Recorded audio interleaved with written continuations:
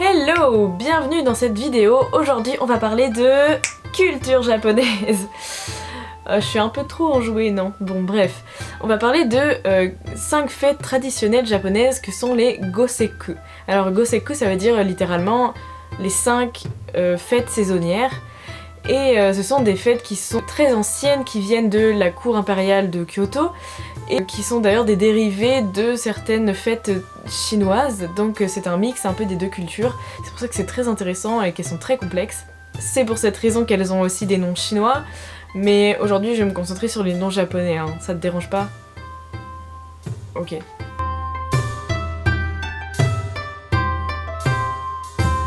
Allez, on rentre directement dans le vif du sujet avec le Nanakusa no Seku. Alors Nanakusa ça veut dire les 7 herbes et no Seku ça veut dire la fête. Il est célébré le 7 janvier mais c'est rattaché aux célébrations du Nouvel An. C'est pour ça que des fois sur certains sites c'est indiqué le 1er janvier mais non c'est bien le 7 janvier qu'on célèbre le Nanakusa no Seku. Le but ce jour-là c'est de manger un kayu qui est un bouillon de riz avec les 7 herbes traditionnelles à l'intérieur. Les herbes elles peuvent dépendre de certaines régions, bon j'imagine à cause de la flore qui est différente, hein. Mais traditionnellement ce sont celles-ci. Donc à la base c'était des herbes qu'on considérait comme porteuses de chance et les marchands fournissaient ça à l'empereur. Et du coup ça s'est étalé à la population au fur et à mesure du temps, voilà.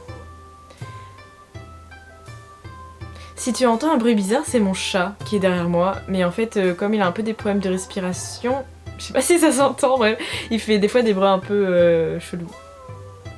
Voilà. Désolée d'avance.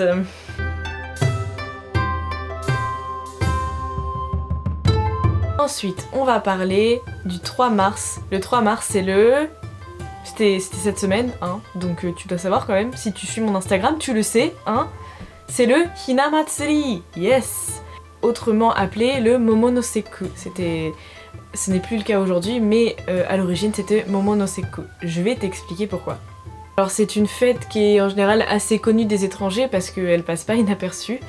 Donc on expose ces magnifiques poupées en porcelaine et autres matériaux très onéreux sur des petites estrades. Et c'est une fête qui est consacrée aux jeunes filles. Alors voilà, j'en ai parlé rapidement sur Instagram, mais honnêtement il y a beaucoup de choses à dire dessus. Alors comme je le disais, les poupées sont très onéreuses, du coup en général elles sont transmises de génération en génération et parfois même les foyers n'ont que l'empereur et l'impératrice parce qu'ils n'ont pas les moyens d'acheter toute la panoplie quoi. Donc je te laisse imaginer que comme elles sont exposées que quelques jours dans l'année, le reste du temps elles sont très bien conservées dans des boîtes en verre etc. Parce qu'on n'a pas envie de mettre ça à la poubelle. Elle représente donc une partie de la cour impériale, comme je te le disais, avec l'empereur, l'impératrice et plein d'autres personnages que... Je te mettrai un site, tu vas voir tous les détails de chaque personnage, mais moi là je vais pas m'amuser à détailler tout ça. Je vais plutôt te parler des origines de cette fête parce que voilà, c'est des choses que je trouve intéressantes. Donc, comme je le disais tout à l'heure, à l'époque c'était la fête des fleurs de pêcher, donc Momonoseku. Parce que c'était l'époque où les pêchers entraient en floraison en fait. Maintenant c'est plus vraiment exact parce que le Japon est passé au calendrier solaire et à l'époque c'était le calendrier lunaire. Donc les dates sont un peu décalées, mais t'as capté. À l'époque on retrouvait déjà les poupées, mais elles servaient pas du tout de la même manière, c'était des poupées faites en papier et elles servaient à éloigner les mauvais esprits. Alors il y avait une tradition en fait de mettre les poupées sur un bateau et de le mettre à la dérive pour emmener les mauvais esprits très loin jusqu'à la mer. D'ailleurs il y a encore certains endroits où on pratique ça, je crois que près de Fukuoka ils le font encore. Je vais essayer de retrouver des photos. Ensuite c'est devenu assez commun qu'on offre des poupées aux jeunes filles, donc c'était devenu un jeu que toutes les jeunes filles de la cour faisaient. Et donc il faudra attendre 1687 pour que le Momonoseku devienne officiellement le Hinamatsuri. Donc voilà, au revoir les fleurs de pêcher, enfin pas exactement parce que du coup les fleurs de pêcher on les retrouve quand même sur les petites estrades là en décoration à côté des poupées. Mais du coup ouais, c'est à ce moment-là que les gens ils ont commencé à créer des très grandes poupées, des poupées de plein de matériaux différents. Après bon il y a eu des règles parce que les gens ça commençait à partir en couille, ils faisaient des trucs de 2 mètres et tout, c'est plus possible tu vois. Maintenant il y a des règles, voilà, les poupées sont pas faites n'importe comment, mais voilà comment ça a commencé. De faire de ce jeu de poupées un événement traditionnel, c'était une façon pour la famille impériale de se réapproprier un peu le pouvoir parce que à l'époque c'était donc le début du shogunat qui commençait à devenir très puissant, donc les guerriers, les samouraïs, tout ça. Et la famille impériale se disait putain, chaud quand même. Nous on a envie de retourner sur le devant de la scène. Voilà ce qui s'est passé.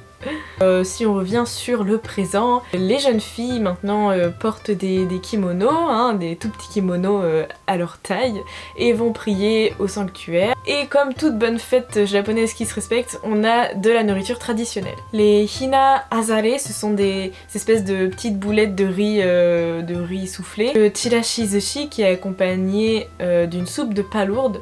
Et le hishi mochi, c'est donc un mochi en forme de losange. Et il y a plusieurs étages, le blanc qui représente la neige, la pureté, le rose qui représente les fleurs de pêcher, et le vert qui représente le passage au printemps.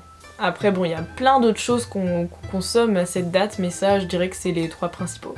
Je trouve que le Hina Matsuri est très représentatif des fêtes japonaises dans l'ensemble, parce qu'il y a beaucoup de codes et de détails comme ça à respecter, donc c'est intéressant, je trouve.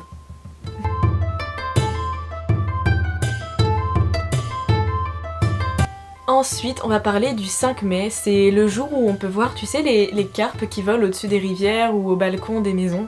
C'est, tu l'as deviné, le Kodomo no Hi. Littéralement, c'est le jour des enfants, mais en fait, c'est plutôt une fête qui est tournée vers les petits garçons, en faisant écho au Hina Matsuri qui est plutôt pour les petites filles. Alors, pourquoi on met des carpes comme ça? C'est parce que la carpe, c'est la représentation un peu du courage et de la persévérance, et c'est les valeurs qu'on veut inculquer aux petits garçons, voilà. Tu dois connaître cette légende de la carpe qui a remonté la rivière et qui s'est transformée en dragon. Non, Pokémon n'a rien inventé. Hein. Yes. Si on remonte aux origines, le 5 mai, c'était la célébration des iris, les fleurs.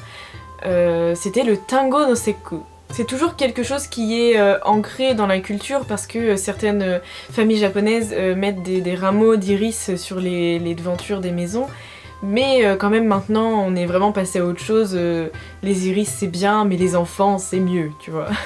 En fait c'est les samouraïs qui ont commencé à faire évoluer cette fête parce qu'ils ont décidé que ce jour-là ils offriraient des parties d'armure à leurs enfants. Donc de leur future armure, tu vois, pour devenir des guerriers, des bons samouraïs. Et c'est pour ça que la fête s'est petit à petit transformée en une espèce de célébration des valeurs guerrières. Aujourd'hui encore, la tradition persiste parce que les petits garçons reçoivent ce qu'on appelle les kabuto, qui sont les casques de guerriers. Donc je te mets là une photo, c'est un casque et une armure de guerrier. C'est Keisuke qui m'a envoyé ces photos, en fait, ça vient de chez ses grands-parents. Voilà. À part ça, pour le Kodomo no Hi, les enfants consomment des mochi, notamment 2 sortes de mochi qui sont le chimaki et le kashiwa. Et t'as remarqué comment les japonais ils trouvent toujours le moyen de mettre la bouffe à l'honneur dans leur fête, c'est incroyable.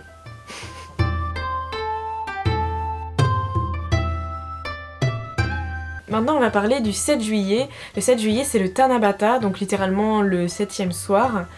Mais on appelle ça aussi la fête des étoiles et je vais t'expliquer pourquoi, tu vas tout de suite comprendre.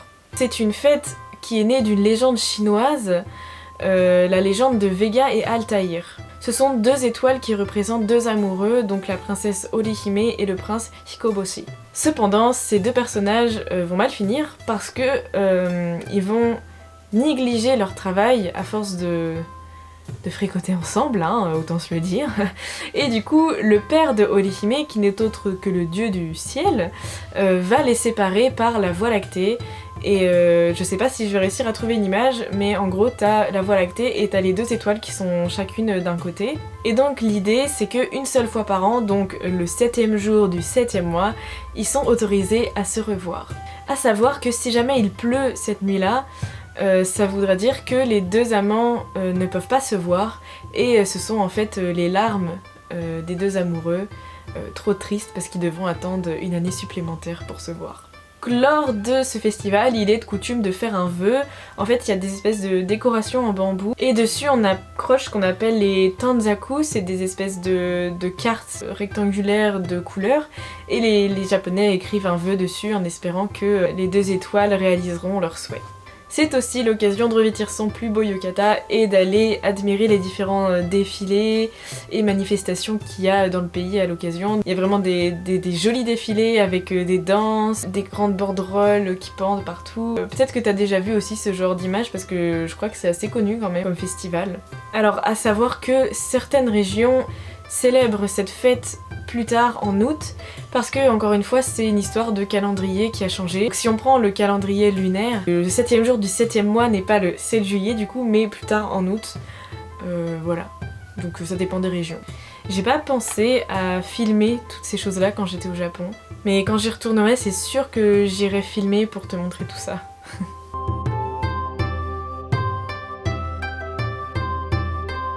La 5e et dernière fête du Goseku, c'est le Kikunoseku, donc la fête du chrysanthème. C'est donc le 9 septembre que cette fête a lieu, mais par contre c'est pas du tout aussi connu que les 4 autres, c'est-à-dire que quand j'en ai parlé à Keisuke, il ne connaissait pas. Voilà. Mais ça reste quand même dans les traditions, donc je tenais à t'en parler. Alors à savoir que le chrysanthème c'est l'un des symboles du Japon, c'est le sceau impérial en fait, qu'on le retrouve sur plein de choses, les passeports, dans les bâtiments officiels, sur des objets de décoration. Franchement si tu ouvres les yeux, tu verras qu'il y en a partout, des chrysanthèmes sur les temples, etc. Et donc à l'époque de Heian, il y avait une cérémonie du chrysanthème où on contemplait les fleurs et on buvait du saké à la base de cette fleur-là. Donc cette pratique ensuite s'étend à la population à l'époque d'Edo. Tu remarqueras que souvent à l'époque d'Edo, c'est là où ce genre de tradition s'étend à la population en fait. Parce qu'avant ça, c'est souvent des choses qui sont réservées à la cour impériale en fait, à l'élite. Mais voilà, du coup à l'époque d'Edo, ça devient quelque chose de commun. Cependant, comme je le disais, maintenant, c'est plus vraiment quelque chose qui est célébré avec la même vigueur que dans le passé. C'est peut-être dû au fait que, encore une fois, à cause du calendrier, ça a été décalé, donc maintenant les chrysanthèmes ils sont en pleine saison plutôt en octobre. Alors que là on parle de début septembre, donc c'est un peu tôt, c'est peut-être pour ça, j'en sais rien. À vrai dire, j'ai pas trouvé plus d'informations que ça de pourquoi ça s'est perdu. Mais dans tous les cas, il y a quand même encore certaines expositions de chrysanthèmes qui sont organisées dans différentes régions. Et voilà, écoute, c'est tout ce que j'avais à te raconter aujourd'hui sur les Goseku, donc les 5 fêtes saisonnières. Dis-moi en commentaire ce que t'en as pensé, dis-moi si tu les connaissais, si t'as déjà vu, peut-être si t'es allé au Japon à cette période et que t'as déjà vu des festivals comme le Hinamatsuri ou le Tanabata, etc. N'hésite pas, dans tous les cas, à t'abonner si mon contenu te plaît et à me mettre un petit pouce pour me dire que tu aimes les vidéos sur la culture japonaise. Moi, je te retrouve, j'espère, la semaine prochaine, sinon au plus tard dans 2 semaines. En attendant, tu peux toujours me retrouver sur Instagram, hein, je suis active quotidiennement. Bon, ben, sur ce, je te dis à la prochaine, porte-toi bien. Il est mignon, non? Allez, bisous!